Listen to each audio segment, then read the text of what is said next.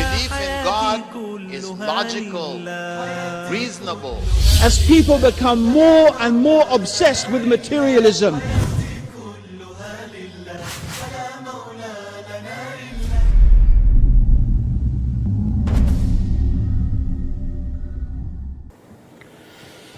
الحمد لله نحمده ونستعينه ونستغفره ونعوذ بالله من شرور أنفسنا ومن سيئات أعمالنا من يهده الله فلا مضل له وما يضلل فلا هادي له وأشهد أن لا إله إلا الله وحده لا شريك له وأشهد أن محمدا عبده ورسوله وبعد. We begin by praising Allah. We praise Him, we seek His help, and we ask for His forgiveness. And we take refuge with Allah from the evil of ourselves and from the evil consequence of our evil actions. Whomsoever Allah guides, no one can misguide, but whomsoever Allah leaves to go astray, no one can guide. And I testify that Allah alone is worthy of worship and that Muhammad sallallahu alayhi wasallam is the servant of Allah and His final messenger. I've been asked to speak today about the topic of a peaceful society. How can we move towards and how can we create a more peaceful society? So first of all, my brothers and my sisters in Islam, I would like to think about very briefly this topic of peace itself. And I would like to put forward the proposition that peace is much more to do with how you feel. It's something that is much more to do with an inner dimension within each individual human being than it has to do with an external reality. And it's very counterintuitive. Most of us imagine that, or most of us, when we talk about peace, and when we hear this word peace, most of the time we are thinking about a country or a place where there is no war. This is what we think about. Peace means the absence of war. Peace is where people are not fighting each other. And that's what we imagine and that's what we think about being a peaceful society. And it's very interesting that one of the claims of liberal democracy and one of the reasons they boast that liberal democracy is a success and one of the evidences they put forward for the success of liberal democracy is that it has produced peace. Liberal democracies don't fight each other. This is one of their claims. Of course, it hasn't been very long in historical terms to actually see whether this claim is valid or not. Because it's not long ago that the Europeans had the most, well, not only the Europeans, but I suppose we, of course, will have to include the Japanese as well. But largely the Europeans and North Americans were involved in almost definitely the most horrific and bloody conflict in human history, which was the Second World War. It's interesting that while Muslims are accused of being violent and of being terrorists, and we are painted in this image as if our religion is a violent religion, in modern times, the most horrific conflicts human beings have seen, perhaps in the whole of human history, are those that have been fought by and large, Europeans. The First and the Second World Wars. So it's not a long time since the Second World War happened. It's 60-something years ago now, since the Second World War ended. My father, who fought in the Second World War, is still alive. But however, this is their claim. They say liberal democracies don't go to war. One of the things that liberal democracy has produced is peace. But one of the things that I often think is, okay, well, even if that's true, what does it mean? How relevant is that? How important is it? I live in a part of the United Kingdom. I live in a town, a city. That town is called, or that city rather, is called Croydon. Croydon really is just a part, it's a separate city technically, but it's part of the bigger, huge city most of you will know as London. In my part of town, very close to where I live, in 2 weeks, 14 children, that's one a day. And a child here is defined as to be anyone under 16 years old. 14 children were either shot or stabbed in a 2-week period. 14. That's just one part of town. If we look at the murder rates, if we look at the statistics in these liberal democracies of one human being murdering another, some of these incidents are to do with gang violence, some of them are to do with robbery and theft, some to do with jealousy, and some seem to be almost inexplicable. Like this man in England, recently we heard about on the news, who just went on the rampage and just started shooting people because no one really knows why. His tax bill was too big. I mean, you know, we laugh, but because it is absurd. But that's the only explanation they can seem to find. But whatever it was, I can't describe that as a state of peace. Can you describe that as a peaceful society? Can you describe it as a peaceful society when in 2 weeks 14 children shoot and stab each other? Can you describe it as a peaceful society when a man goes on a rampage and starts randomly shooting people?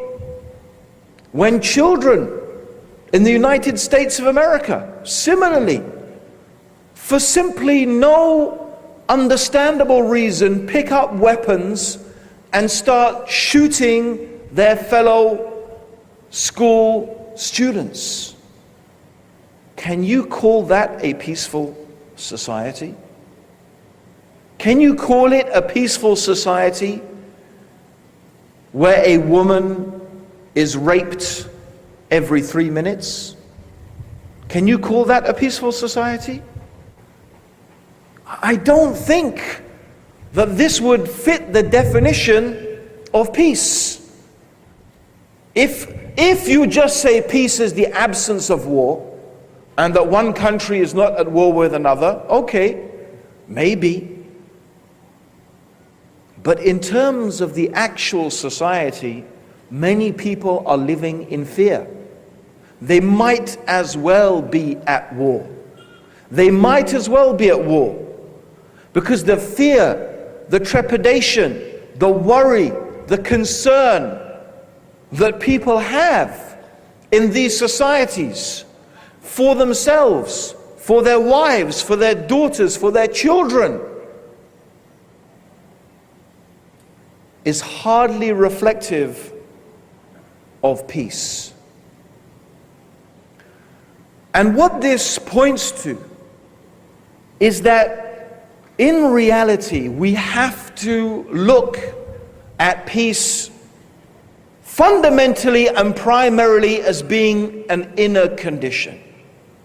It's something that takes place inside ourselves. And if we as individuals do not feel at peace, if our hearts are not at rest, if our minds are not satisfied, and we are not people of understanding, and we are not fulfilled internally, then we're not at peace. And so, my dear brothers and sisters, it is this inner dimension that is so fundamental.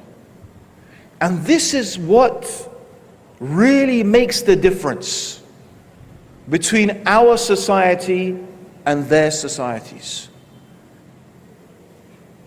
You know, mashallah, just before I came on, Sheikh Bilal, Dr. Bilal Philips was talking about shaitan and the eternal tree and how he made this so tempting to Adam.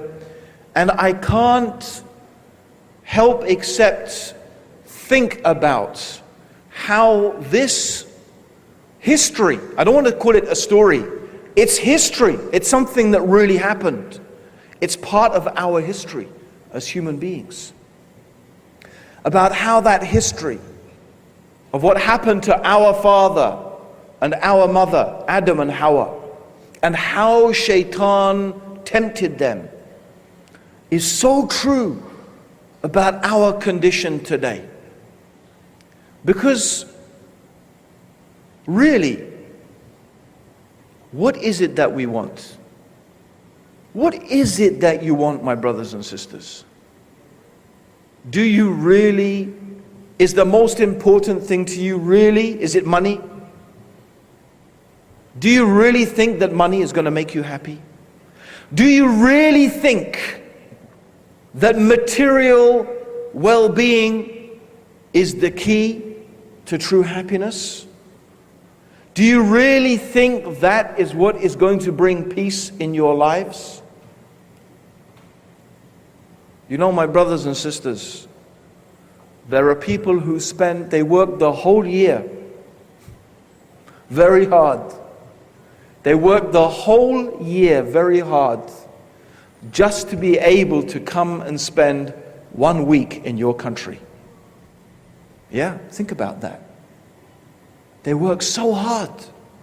They're ready to spend thousands of pounds, thousands of dollars, thousands of yen, just to spend a few days of their life in your country. And you live here every day. This is your home. What is it those people are looking for, brothers and sisters? What is it they are searching for? What is it they're looking for when they spend that money and they spend that time and they come here? What do you think it is that they are looking for? Is it just a nice room to be looked after, to be cared for? No, it's something much deeper they are searching for. Something much more fundamental. I really think what they're looking for is peace. A moment of peace. A moment of serenity. A moment of quiet. A time when they can relax and get away from the worries and the problems and the chaos and yes, even the dangers of the world in which they live. And where do they choose to come? They choose to come here, to a Muslim land. They choose to come here, to this place. Then why do I get the feeling that somehow, it's very strange, someone is trying to convince you that you have to try and be like those people. You have to try and be like those people. Does that really make any logical sense? Those people spend their money to come here to relax, and someone is trying to persuade you that you have to be like them. I mean, it reminds me of a story of this man. He comes to a fisherman. He says, you know what? You're doing a very nice job here, fishing and catching all these fish. I think, you know what you need to do is you need to borrow some money so you can build and you can have another boat and then you can catch more fish. So he goes, why? He says, well, when you catch more fish, you can have more money and then you can employ someone else and you can buy another boat and catch even more fish.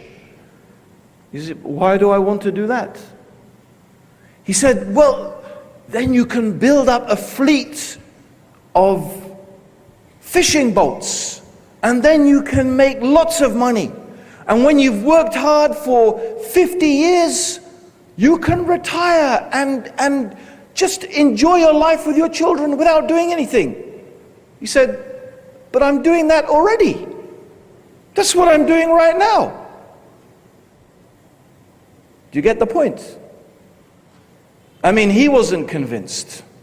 This fisherman was wise. Why do I need to get another boat and get more money? And why? I do a little bit of fishing, I get by, I spend time with my family, I have a nice life, I'm fine. Why do I need to run after this and run after that and get my dream job? Why? Why is it, brothers? Why is it, sisters? You feel that you have to achieve that. Please explain to me. Tell me why. What do you think you're going to get from it? Well, I'll tell you what you'll get from it. You'll get high blood pressure. You'll get heart disease. You'll get stress. You'll get tired. You'll get problems in your family because you're so busy working. You're so busy trying to earn money. You won't spend time with your kids. Maybe both you and your wife are so busy out there trying to earn money, trying to make your life more comfortable. Maybe you'll even hand your kids over to someone else to look after them. And who? You know who? It's called Mr. TV. Yeah, he's the babysitter now. She's the babysitter. You leave your kids in the hands of the TV because you're so busy. You don't have time to talk to them. And you know what? You come back from work, you're so exhausted, you just want to sit down in front of the TV yourself.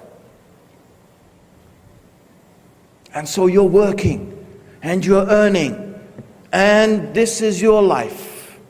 And you don't have time for your kids. The husband doesn't have time for his wife. The wife doesn't have time for her husband. No one has time for anybody. What do you think happens to those kids? What do you think happens to those kids? You see, you just need to look to what is happening in those societies that think that this is the way to live. I'll tell you what happens. The children need love. Children need love. They need love and they need guidance and they need discipline. And the best person to give that love and guidance and discipline to the children, number one is the mother. It's the mother. But the mother is not there. The mother is working. She's making money so she can buy him some plastic toys that break after half an hour anyway. He doesn't need the plastic toys. No, that's not what he wants. That's not what she wants, you think? Yeah, because you know what? You've left them in front of the TV when you're out working. You left them in front of the TV and the TV was going, well, the kids playing around with plastic toys and having so much fun. And you heard my talk the other day. Oh yeah, plastic, oh, I want that. Mummy, mummy, mummy, mummy, mummy, can you get me this? Mama, mama, please, please, please, please, please, please, please. Daddy, please, please, please, please. They teach, actually the TV teaches the kids how to nag their parents until they get what they want. Please, please, just one mobile phone and one Nintendo, one PS2, please, please, please, until eventually they give in. Cost a lot of money, have to work harder for that. The kid's happy for what? A few weeks, Then they get bored.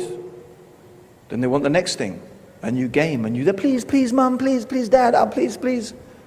But you know, we feel guilty, right? We're not at home. We're not spending time with the kids, so we give them these things. We're caught up, you see. We think this is what? Happiness? No. Because in the countries where the kids, this is what they're doing, what's happening to those kids? You know, they don't find the love and the discipline. They don't find the love and the discipline that they need from their parents. So you know what they do? They go out and they join gangs.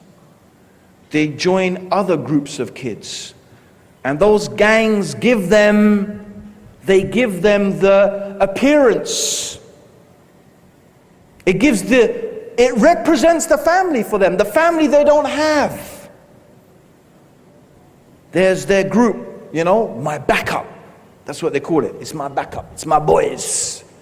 They're with me. No one's going to mess with me now. It's a substitute family. But you know, before you join the gang, before they let you in, you have to do something. You have to prove that you're worth it. And so what do you have to do? Well, sometimes you have to steal something. Sometimes you have to do something a bit crazy. But you know, in some places, you know what they do? They give you a gun and they make you go and kill someone. Just anybody sometimes. Just a random person, shoot them. That's how you prove, stab them. That's how you prove you can join our gang. Is that what you call a peaceful society? Is that what you want? Is that what you want? That's the reality, brothers and sisters. That's what's going on.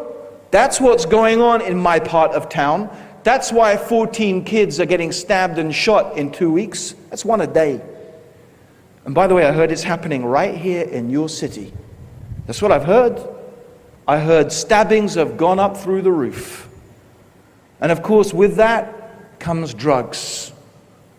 Taking drugs, drug addiction, dealing drugs, all comes together. It's part of the package. Where's your peaceful society? Where's your peace? All for what? What are you doing it all for? Why do you want to live like those people who are so miserable they have to come here to run away from their places to come here for a week? Why do you want to be like that? Why? I don't understand. Do you understand? Did you think about it even? Did you even as a society take a step back and say, wait a minute, where are we going? What is the purpose of this? What are we going to achieve? What benefit really is there in this for us? Did you ask those questions? Did you think about those issues? I'm asking you to think now. I'm asking you to think and to open your eyes and to see what is going on. Why is it we think we just have to follow? Yes, I won't deny. I will not deny. I'm not going to stand here and say the West has achieved nothing. Of course they've achieved things. They've achieved highly significant things in terms of science, in terms of technology. They've advanced in many different fields. But I would still say, for what? To achieve what? What has it brought them? Something you don't have? Is that what it is? Something that Islam has not given us? Is that what it is? No, my brothers and sisters. Peace is something inside your heart. That's true peace. Let me ask you. You have two people. One man, he is very rich.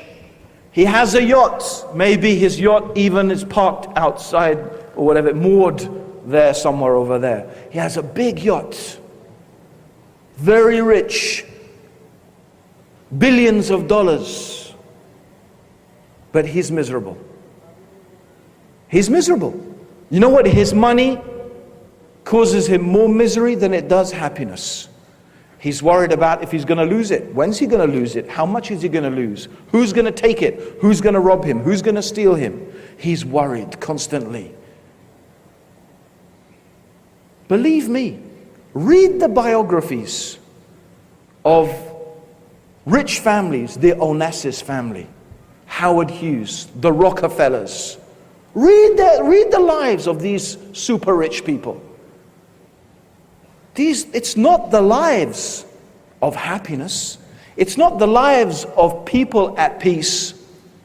No, you find that these people often have so many problems. If I said to you, you can be as rich as them, but you have to have their problems as well, believe me, you would say, keep your money and keep your problems. You'd say it. If I made the offer like that, you can have the money, but you have to have this problem and that problem, and your daughter will have to be a heroin addict, and she will get pregnant when she's 19, and your son is going to shoot himself when he's 27, and whatever. And you will have heart disease, and you will have this worry, and you will say, keep your money, keep it. I don't want the money, I don't want the problems. But why don't we think like that about everything else? Look at these people. If wealth equals happiness, why aren't they the most happy people? If wealth equals happy, why aren't they the happiest? But they're not. Because money doesn't make you happy. Not on its own, it doesn't. Happiness is something in... So let me ask you, you have this man who has lots of money and he's miserable. And you have another one. He has nothing. In fact, he lives in the streets. He doesn't even have a home. But he's really happy. He's content. He's truly at peace and he's truly happy. So which one is the rich one? Which of the two is really rich? Which one of the two has really succeeded? It's so obvious. The one who has happiness inside is the one who is truly rich. And this is what the Prophet ﷺ said. The true wealth is contentment. True wealth is contentment. So my brothers and sisters, how do we have a truly peaceful society? How can we achieve that? It's not difficult. Alhamdulillah, it's not difficult. Especially for us, because we have, as Sheikh Dr. Bilal has already explained, why we need religion. He's mentioned many of the benefits of religion. And not only religion in general, no, the religion, the true religion. So how practically, you see now, how practically do we achieve that? What steps do we need to take? How do we go about acquiring this true wealth which is contentment? Well, every disease has a cure. And if our disease is worldliness, meaning if our disease is that we have become infected by the love of this world and the things of this world, and that has overtaken us to the extent that we have given it more importance than our religion. Because Islam does not say you can't enjoy that which is halal. Yes, you can enjoy that which is halal and thank Allah and praise Allah, and inshallah Allah will give you more. If it is halal and it makes you thank Allah and it makes you praise Allah, it is good. But no, what is the issue when we are not any more satisfied to keep within the boundaries of what is halal? No, what if we have to now start going into the haram? We have to start disobeying Allah. That's an indication that you have become sick. Sick as an individual and sick as a society. You have become infected with a disease. And the disease is the love of the world and the love of the things of this world. So what's the cure? You know what's the cure, my brothers and sisters? The cure is to remember death. The cure is to remember the akhirah. The cure is to remind yourself how short your life is on this earth. How long are you here, my brothers and sisters? How long? Most of us, the average age of this ummah will be 60 to 65. That's the average age. We may last a bit longer, but you know what? However long your life is, even if you live to 90 or 100, the life is short. On the day of judgment, on the day when Allah subhanahu wa ta'ala, He will recreate you and He will recreate me, our flesh and our bones, and we will be naked, and we will be barefoot, and we will be uncircumcised, and the sun will be brought close, and we will sweat, not like we're sweating today. No, we will sweat so much that some people will be to their ankles in sweat, some people to their knees in sweat, some people to their waists in sweat, and some people, they will be bridled with sweat. That is the day of judgment. That is a day of fear and terror and anguish. That is a day when a man will run from his wife, from his mother, from his children, from his relatives. We will run from each other. Mankind will be running like they are in a drunken riot. And it is a day when even the prophets, even the messengers, they will say, Nafsi, nafsi, myself, myself. Because the waiting on the day of judgment will be unbearable. We will wait in the sun, sweating for the judgment to begin. And people will go to the prophets, first to Adam. Oh Adam, you are the father of mankind. You are the first of the human beings. Ask your Lord to begin the judgment. And he will say, Nafsi, nafsi, myself. Allah is angry today as He never was before and never will be again. I'm afraid for myself. I remember I ate from the tree. Why don't you go and ask Nuh? He was the first of God's messengers. So they will go and they will ask Nuh. And you know what he will say?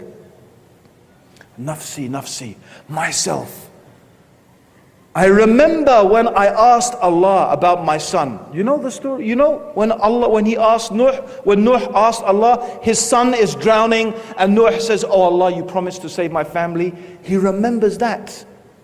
He remembers this one after 950 years of da'wah, 950 years calling the people to La ilaha illallah. All that effort, all that struggling, all that patience, but the only thing he's remembering now is when he asked Allah about his son, and Allah said, he's not your son. And he remembers that. Nafsi, myself. Go and ask Ibrahim. He's the Khalil. The Khalil of Allah means the close friend of Allah. But Ibrahim will say, Nafsi, nafsi, myself. Allah is angry today as He never was before and never will be again. I remember the 3 lies. They're not even lies. They were not even lies, but he remembers the 3 things he said. Asked the big one about the idol when he smashed the idols. When he said to the king, he said to his wife, say that I'm your brother. He is brother. In Islam, he's the brother.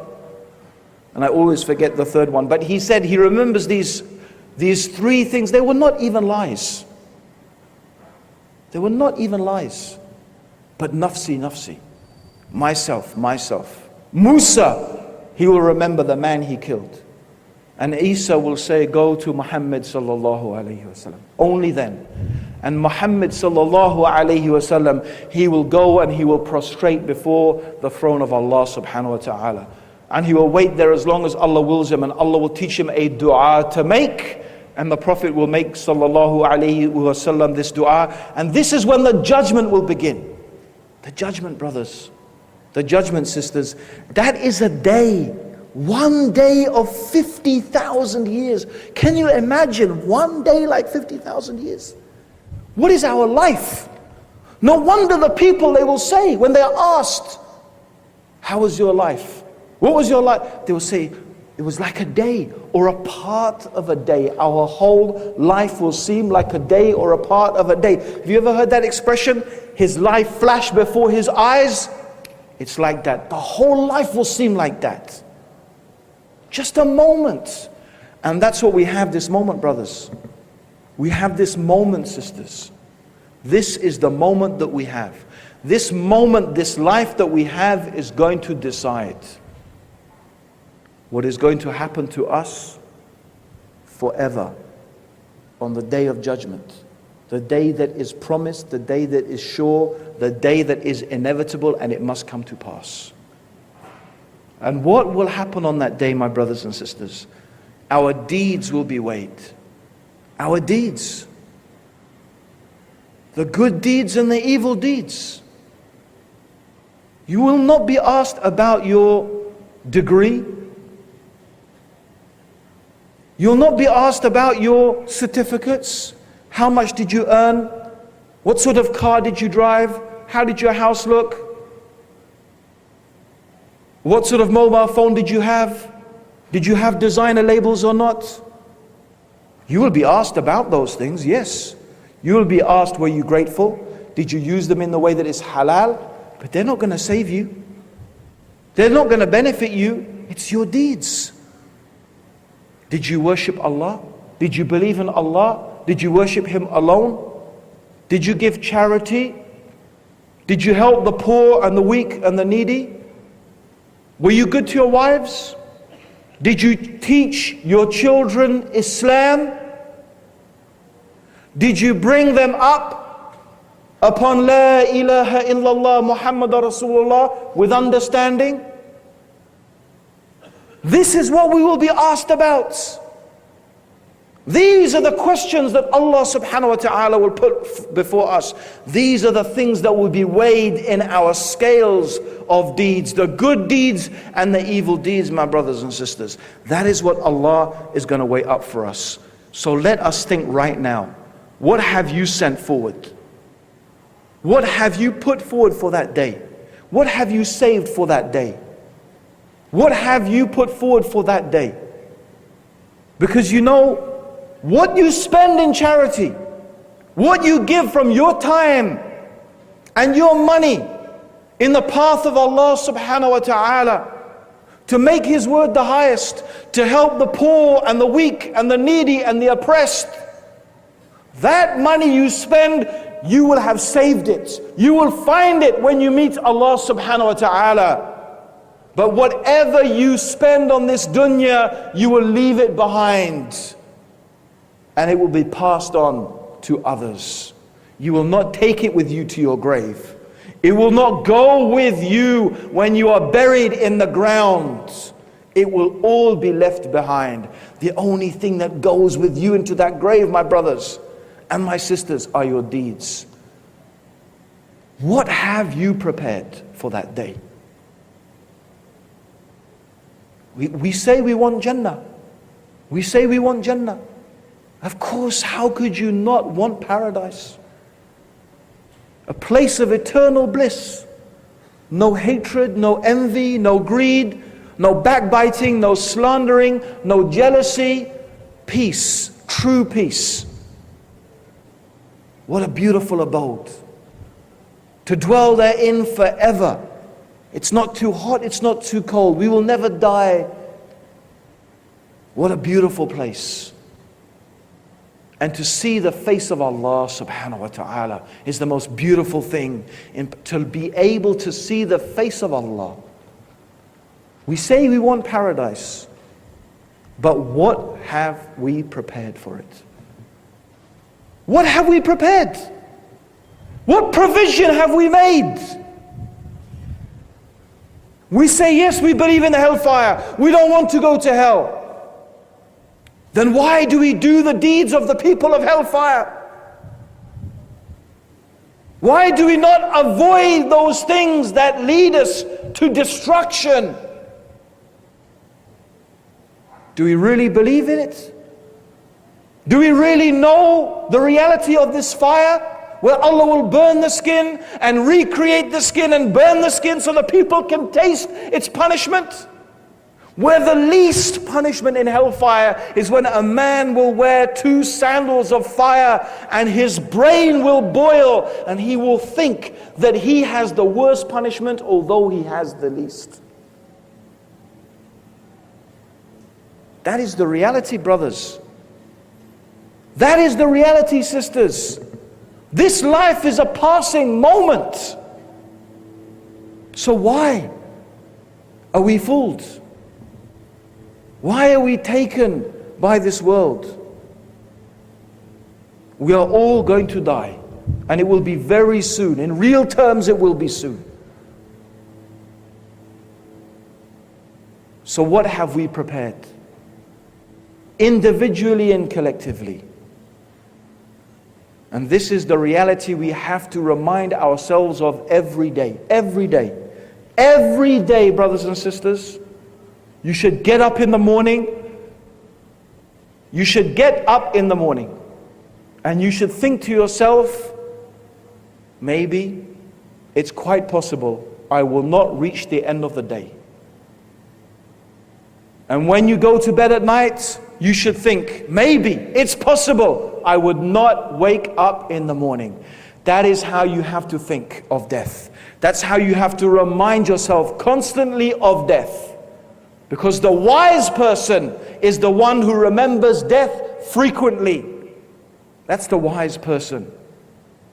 You know what wisdom is? You know what wisdom is? Wisdom is the ability to make the right decision. That's wisdom. Wisdom, the wise man, the wise woman, is the one who makes the right decision. If you think of death constantly, you will come to the right decision. Are you miserable, brothers? Are you sad, sisters? Are you unhappy? Do you have worries in your life? I'm worried about this, I'm worried about that. Let me tell you something. The Prophet ﷺ said, whoever worries about the things of this world, Allah does not care which valley of worry He leaves that person in. Whoever worries about the things of this world, this dunya, Allah doesn't care. He'll just leave them and worries. They're valleys of worry. Worry after worry, valleys of worry. He doesn't care. He will leave them. But whoever makes all their worries, all their concerns into one concern, then Allah will take care of all of their worries and all their concerns. What is that one concern? What is that one worry? Of course it means, what will Allah say to me on the Day of Judgment? Ask yourself tonight, before you open your mouth, before you speak to your wife, to your children, to your mother, to your father, before you go to work tomorrow, ask yourself, what will Allah say to me on the Day of Judgment about what I am doing, about how I am behaving, about what I am saying? Make that your concern. Don't worry about anything else. Don't worry about your economy. Don't worry. Worry about what Allah will say to you on the Day of Judgment. This is what you need to concern yourself with. This is what you need to make your priority. And believe me, imagine everyone behave like that. Imagine every Muslim behave like that. Do you think if we behave like that we would backbite each other? That we would say bad things about each other behind their backs? Making fun of each other, mocking each other? Do you think we would behave like that if we thought about the impact of our words on the Day of Judgment? Do you think if we thought about the bridge that is thinner than a hair and sharper than a sword, that is stretched over the hellfire? And how big is the hellfire? You know how huge the hellfire is? The hellfire has 70,000 bridles. 70,000 bridles. You know, like 70,000 ropes. And on each rope is 70,000 angels. It took a stone that was dropped from the top of the hellfire 70 years to reach the bottom. That's hellfire. That's how big it is. And we will have to cross it. I want you to do tomorrow morning? Tomorrow morning, I want you, or sometime tomorrow, or in the next few days, go to one of the taller buildings in this city, right? And I want you to look across the ocean. And imagine it's not an ocean of water. I want you to imagine that it's an ocean of fire. An ocean of fire. And from where you are standing, there is a string, as thin as a hair and sharp as a sword, stretched over that fire, and you have to cross it. And what is going to take you across that?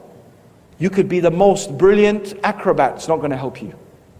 You know what's going to carry you across? Your deeds. Yeah, your salah. Your deeds. Your prayer, your fasting, your charity.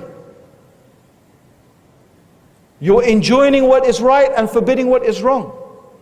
That is what is going to carry you across. Some people will go like the blinking of an eye. So they will be so quick. They will just blink and they will be across.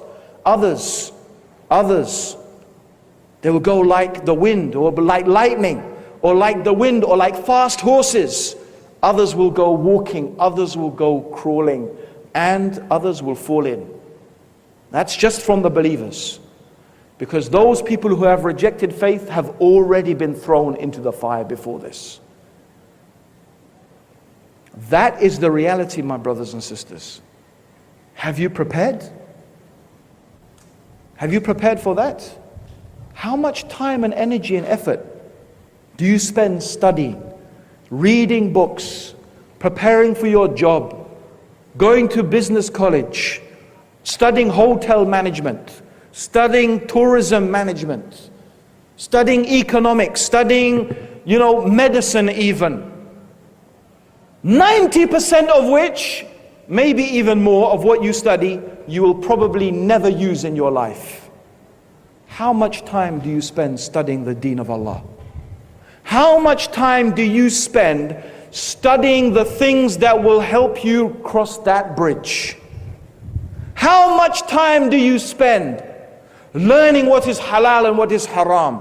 Learning the deeds that are most beloved to Allah and the deeds that are most hated to Allah. How much time do you spend learning your ibadah so that when you pray and when you fast and when you make hajj, and the time you spend with your wife and your children and your husband and your parents, you do it in a way that is pleasing to Allah? How much time do you spend? Subhanallah. You can make an assessment right now. You can make an assessment, and then you can see how seriously you take this matter. You can really see how seriously you believe and consider this reality of the Day of Judgment. And that is the fact. And if we thought about these things, brothers, and we thought about these things, sisters, how will we treat our wives? There's a beautiful story. There's so many beautiful things I would like to mention. But I heard in the Maldives anyway, men generally don't treat their women badly. I don't know if that's true or not. But I've been to many countries where they do, sadly. But whether it is or not, brothers, I doubt most of us treat our wives the way the Prophet ﷺ treated his wives. I doubt it. Because I've heard that one of the problems you have in the Maldives is divorce. Is that true? But there's an indication there. I was just reading, and you may have gathered I'm very much interested in psychology, and there are many, many amazing studies that are being done at the moment about how the human mind works, how we human beings behave. A lot of our behavior, by the way, is entirely irrational. You think we're irrational? No. Some of our behavior is so irrational, it doesn't make any logical sense. And that's why the study of psychology is so important, and that's why I believe following the guidance of Allah subhanahu wa ta'ala is so. He created our minds, He created our societies, He knows what is best for us. So in a study about what type of people, what are the things that help a couple stay together? One of the things they found was that often in arguments, in the disputes that often happen in marriages, and I'm, here's some little simple, things that we can apply, simple things to make our life happier and more peaceful. And I truly believe the family is where it starts. So couples that tend to stay together are ones that, they tend to sort their problems out. But how does that happen? It often happens, and you know what, reading this, I realized this is exactly what happens in my house. The woman presents a problem to the man. I mean, I must admit, I don't hardly ever remember me presenting a problem to my wife. Mostly she comes to me and she presents a problem. Here it is. This is the problem. If the man behaves in a way that is very dismissive to the woman, he doesn't listen to her, he doesn't let her say what she has to say, and even if she says something, he doesn't take it into account, then this is the cause for many problems. When the man listens to the woman and he gives her the feeling that she has some contribution in terms of power and authority, I'm not saying he hands over authority to her, but he gives her the impression that what she says is important and that she has a say in what happens. These are the couples that tend to stay together. And you know what? When I look at the Prophet sallallahu alaihi wasallam, I found that's exactly how we found the Prophet sallallahu alaihi wasallam was. In fact, there's one incident which, it makes me laugh, but it's so beautiful. Can you imagine the Prophet sallallahu alaihi wasallam and his wife Aisha are having an argument? I mean, we would probably think, who can argue with Rasulullah sallallahu alaihi wasallam? But it shows he was a human being. He was a man. He was human. His wives used to argue with him. And this argument between the Prophet sallallahu alaihi wasallam and Aisha reached such a hot point that they called Abu Bakr to arbitrate between them. So the Prophet sallallahu alaihi wasallam, Abu Bakr is being brought to sort out this argument between Aisha and the Prophet sallallahu alaihi wasallam. And when Abu Bakr comes, then the Prophet says, so who's going to talk first? Is it going to be me or you? She says, you talk, but don't say anything except the truth. Yeah? When Abu Bakr hears this, he slaps Aisha so hard that she runs and hides behind the Prophet sallallahu alaihi wasallam. And he says, Abu Bakr says, how dare you say that the Prophet would say anything except the truth? And you know what the Prophet says? He says, oh Abu Bakr, I didn't ask you to come here to do that, and I didn't expect you to behave like that. Subhanallah.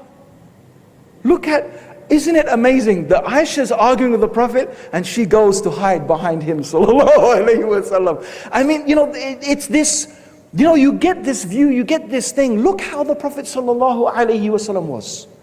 He would listen to his wives, he would take their advice. There's another story I love, which is the story, it's about Umar ibn al-Khattab. And a man, he is so fed up of his wife nagging, going on. He said, I'm fed up. I'm going to complain to Amir al-Mu'mineen. So he goes off to complain to Umar. Then when he sees Umar sitting outside his house. And from inside Umar's house, he hears his wife, like this, yeah? So he stops in his tracks, he turns around, and he thinks to himself, and he turns around and he leaves. And Umar sees this, he says, man, come, what's your problem? So he calls him back. He said, why did you come here and then you turn? He said, yeah, Amir al-Mu'mineen, I came to complain to you about my wife. She nags so much. But when I came, I found that you are in a worse situation than me. So I left. And he said something really beautiful.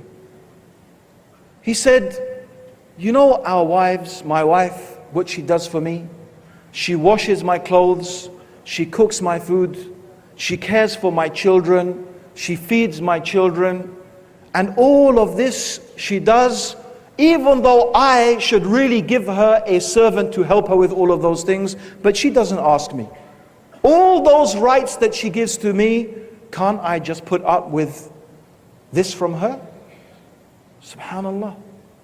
But you know, most of us think that the things that our wives do for us, it's our right. It's our right. The wife should cook, the wife should clean, the wife should this. Actually, if you look at Rasulullah sallallahu alaihi, he wasn't like that. He used to care for his own things. He used to even fix his own clothes. He would just come to the house, he would ask his family, is there food? If they said no, that's it. He would just be quiet. He would not complain. What there was, he would take. What there isn't, he would be happy with. This is Rasulullah sallallahu alaihi wasallam. You see, but this is people these are the ones who fear Allah. These are the ones who are focused on the akhirah. This is what it means when you have love and compassion and kindness towards each other. These are the manners that have been taught to us through the example of the Prophet sallallahu alaihi wasallam.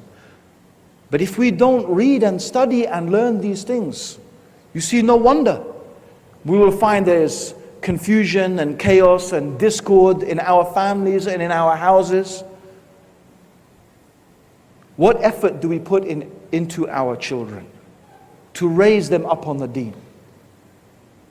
This is where it starts, brothers and sisters. If you want a peaceful society, number one, you look to yourself. Number one, let me start. Let me look am I at peace with myself?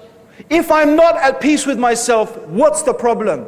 What am I worrying about? Where is the stress coming from? Think about the akhirah. Think about Allah. Put everything in that direction. What will Allah say to me? Yes, Allah will ask you, did you provide for your family? Did you care for them? Yes, this is part of Islam. This is ibadah. This is something you get rewarded for putting halal food in the mouth of your children and your wife. Yes. But more than that, ask yourself, what am I spending my time, my energy on? You know, one scholar, he said, I'm sure you've heard of him, Shaykh al-Islam Ibn Taymiyyah. He had a beautiful saying.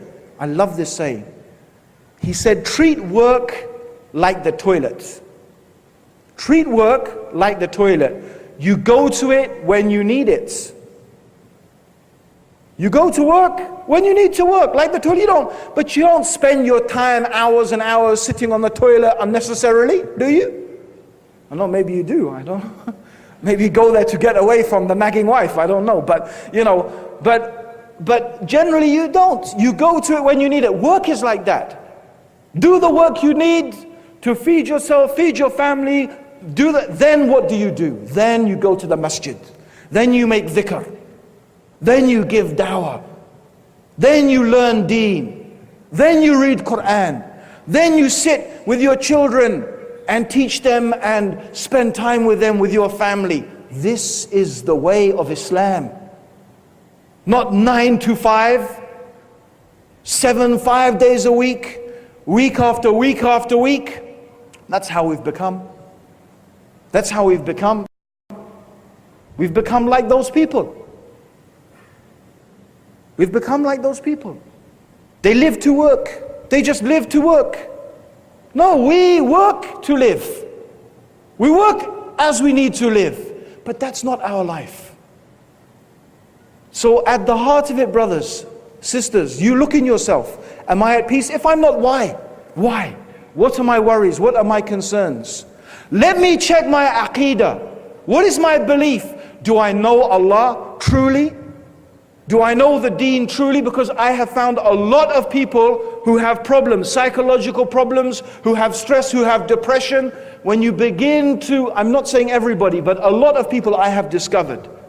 People who have problems, often they have a wrong or false or corrupt belief. And from that wrong, false and corrupt or mistaken belief comes many problems. So this is very important. Aqeedah, correct belief, to know Allah subhanahu wa ta'ala properly, to understand the deen properly. It's very important. Look to yourself. Look to your salah. Look to your connection with Allah. Look to your dhikr. Look to your reading of Quran.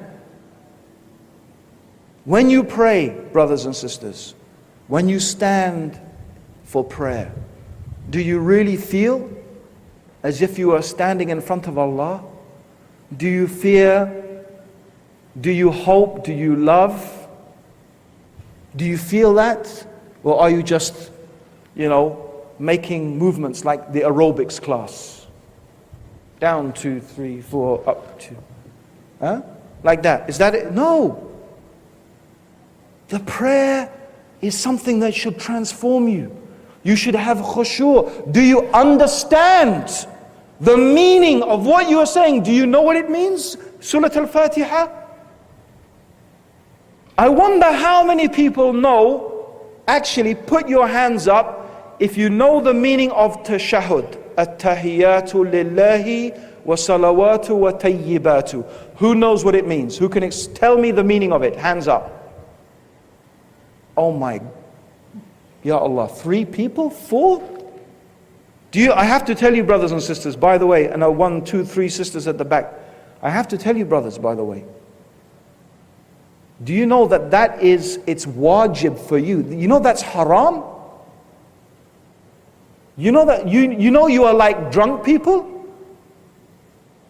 It is wajib, meaning it's an obligation, the minimum amount of Arabic that every Muslim has to know, you have to know it, is the meaning of what you are saying in your prayer. Is the meaning of what you are, if you are not, it is haram, it's a sin. Does not Allah, why, can anyone tell me why does Allah say, don't approach your prayer in a state of intoxication? Why shouldn't you make salah when you're drunk or intoxicated? What's the reason Allah gives in the Quran? Can someone tell me? Yes? I can't hear. Because you don't know what you're saying. That's why, do you know the scholars said? That's why you have to know what you're saying when you make salah. Because khamar has been forbidden, being intoxicated when you pray is forbidden because you might not know what you say. The scholars understood from that, that's why you have to know the meaning of your salah. You must know what you are saying. You might as well be going, right? You might as well, if you don't understand. Subhanallah. Okay, that's the first thing. The first thing all of you have to do tonight or tomorrow is you're going to find out what is the meaning of the tashahhud, in fact the whole of the prayer. What does it mean? From takbir to taslim. From takbir, Allahu Akbar, I think we all know what that means, right? I hope we know that. Yeah, to Assalamu alaikum wa rahmatullah, and everything in between, that's the first thing you're going to do. Are you all going to promise me you're going to do that? Yes? Everyone watching. That is the minimum you have to do, inshallah. That's the minimum. You must know that. Do it tomorrow. Don't leave it till next week. Do it step number 1. And then believe me, you will see notice the difference. Notice the difference. Notice how the prayer, and then what you need to do is, now you know the meaning, then you need to start to think and contemplate. Contemplate and think upon the meaning. Think about it deeply. And you see how your prayer will begin to transform. It will not be a burden anymore. It will not be you will start to begin to love your prayer. You will start to begin to enjoy it, because your prayer will begin to change you. And truly it will begin to bring you closer and closer to Allah subhanahu wa ta'ala. This is where you start. Start with yourself. And then after that, you start with your family, with your children, with your wife, with your mum, with your dad, and then your society. Brothers and sisters, it's very important that if we want a peaceful society, and this is something I was told. I was shocked. I've heard that in this city, evil things happen and people just walk straight by. Even a person could be getting stabbed and people just walk straight by. They don't try and stop it. They don't try and prevent it. And that to me is shocking beyond belief. Because one of the most important things in our religion, and one of the things that defines our nation, this nation, is that we enjoin what is right and we forbid what is wrong. We encourage the good and we forbid the evil. The Prophet ﷺ said, if you see an evil, change it with your hand. And if you can't change it with your hand, change it with your tongue. And if you can't change it with your tongue, at least hate it in your heart. But that is the weakest form of faith. Yes, Allah subhanahu wa ta'ala called us the best of nations, raised up for mankind. But Allah made a condition. Allah, He said that we are the best of nations raised up for mankind. But then Allah mentioned a condition. Because we enjoin what is right. تَعْمَرُونَ بِالْمَعْرُوفِ وَيَنْحَوْنَ إِلَى الْمُنْكَرِ. We enjoin what is good and we forbid what is evil. And we believe in Allah. This is the hallmark of our nation. And as Umar ibn al-Khattab said, if we don't fulfill its conditions, then it doesn't apply to us anymore. It doesn't apply to us.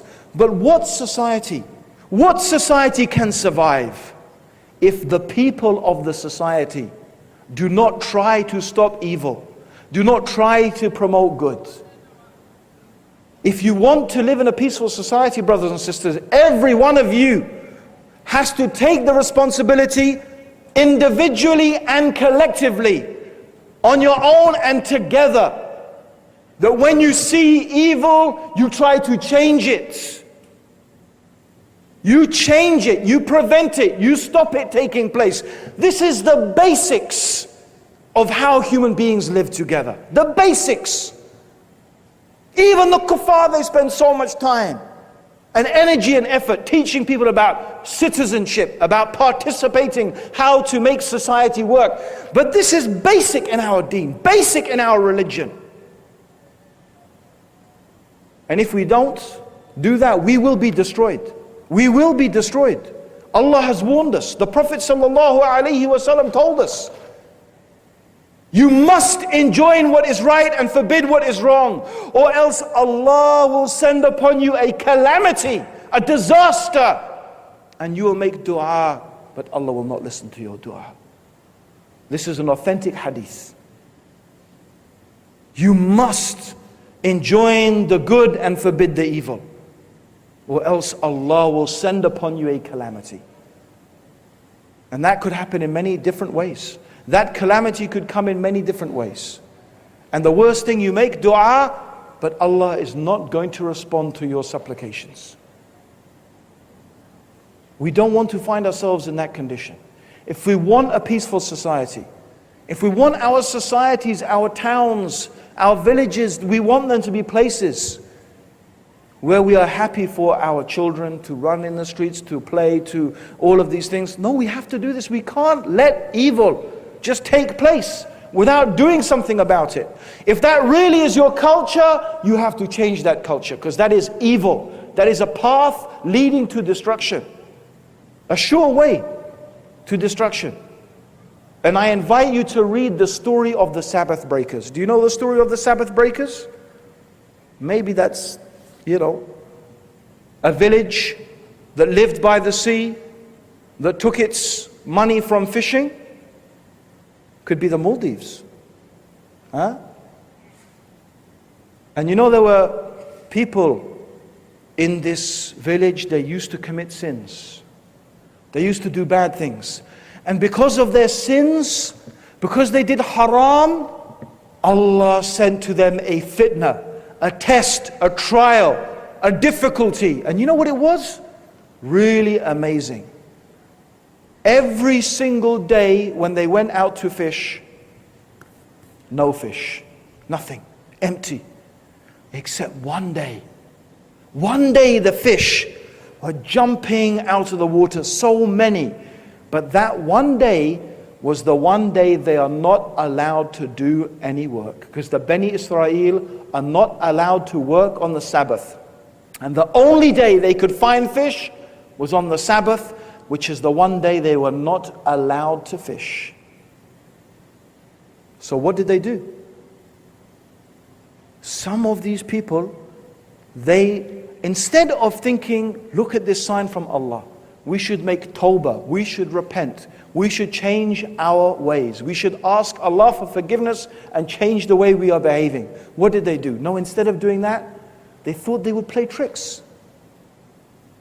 So they said, okay, what we will do is we will put the nets out the afternoon before the Sabbath, and then straight away after sunset, when the Sabbath is finished, we'll bring the nets in. And we didn't actually work on the Sabbath. We did the work before and after. I thought they were being very clever. Even though, of course, they actually caused fish to be caught on the Sabbath. It's the same thing. So there was a group in this village. And this group, they went to these people and they told them. They told them to fear Allah. They told them, don't disobey the command of Allah. Don't play around with the deen of Allah. Make tawbah to Allah, repent to Allah. Come back to Allah. Don't do these things, haram things. And they were the ones giving dawah. They were the ones enjoining the right and forbidding the wrong. And there was another group. This other group, they were not breaking the Sabbath. No, they went to the synagogue, they went to the masjid. They said their prayers, they did all of their things. But they said to these people giving dawah, why do you bother talking to these people? Allah is going to destroy them. Why are you bothering? And the ones giving dawah, the ones enjoining the right, forbidding the wrong, they said, look, it's our duty to Allah. And maybe they will fear Allah and stop. Well, you know the story. You know how Allah sent upon this village a terrible punishment. He turned them and transformed them into monkeys. This is what He did. This is the humiliating punishment. But Allah mentioned in the Quran, in Surah As-Sabah, you can read it. There is only one group that was saved. Only one group was saved.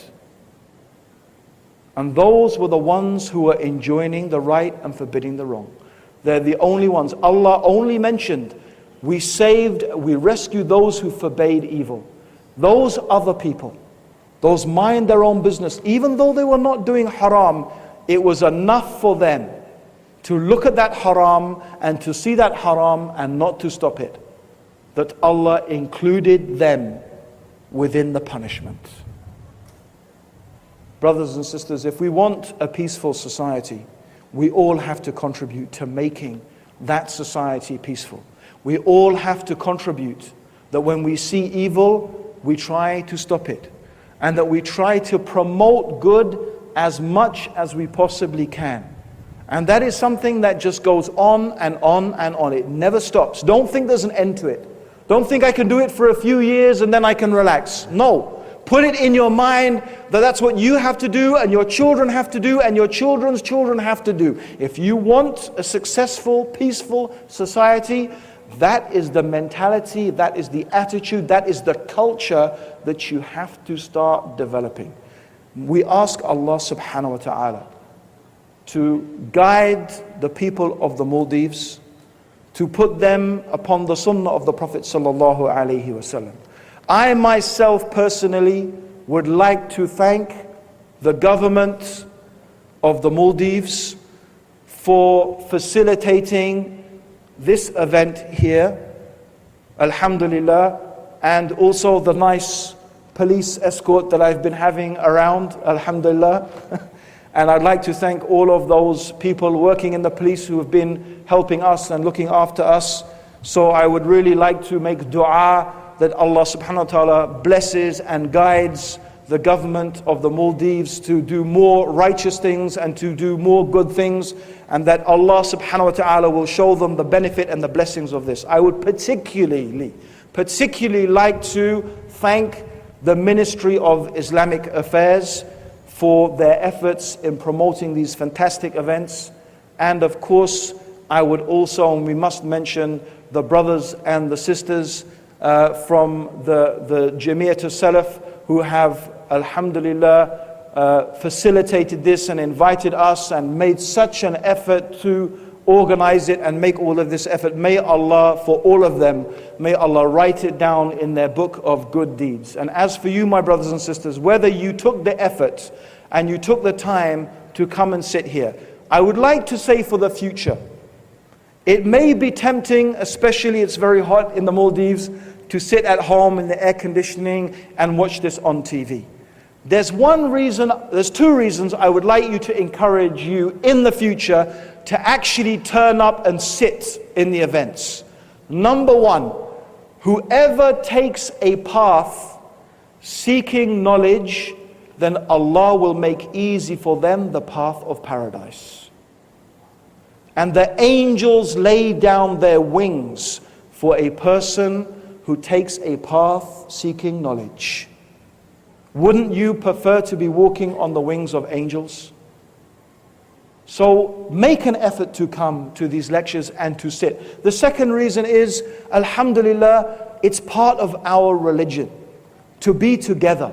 The hand of Allah is over the jama'ah. The hand of Allah is over the gathering, the group. So when we are together, it's something Allah loves.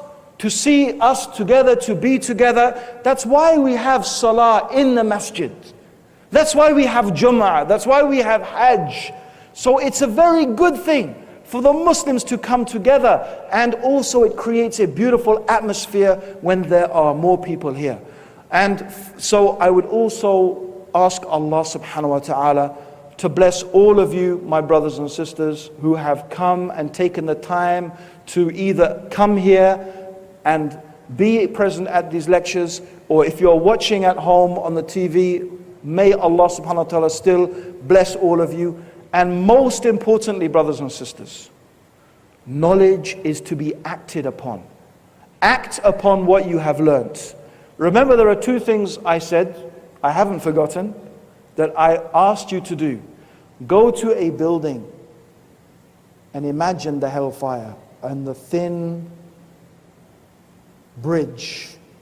Imagine it. Imagine the sea is the fire, to remind yourself of the reality to come. Secondly, all of us must make an effort to learn the meaning of what we say in our salah. And that's two things I don't want you to delay. I don't want you to think about it. Make a program of change for yourself. Write it down, step 1, step 2. This is how I'm going to make myself a better Muslim, inshallah. I'm going to learn this, then I'm going to do this, then we'll do this with our family. Don't just think, oh, I'm going to change. No, you will never change if you just think, oh, I'm going to change. Break it into steps. Break it into stages. Take practical steps to make that happen. And inshallah, Allah subhanahu wa ta'ala will facilitate us upon the path of goodness. May Allah bless all of you. It's been a real pleasure being here in this beautiful, beautiful country of yours, the Maldives. May Allah bless all of you. Assalamu alaikum wa rahmatullahi wa barakatuh.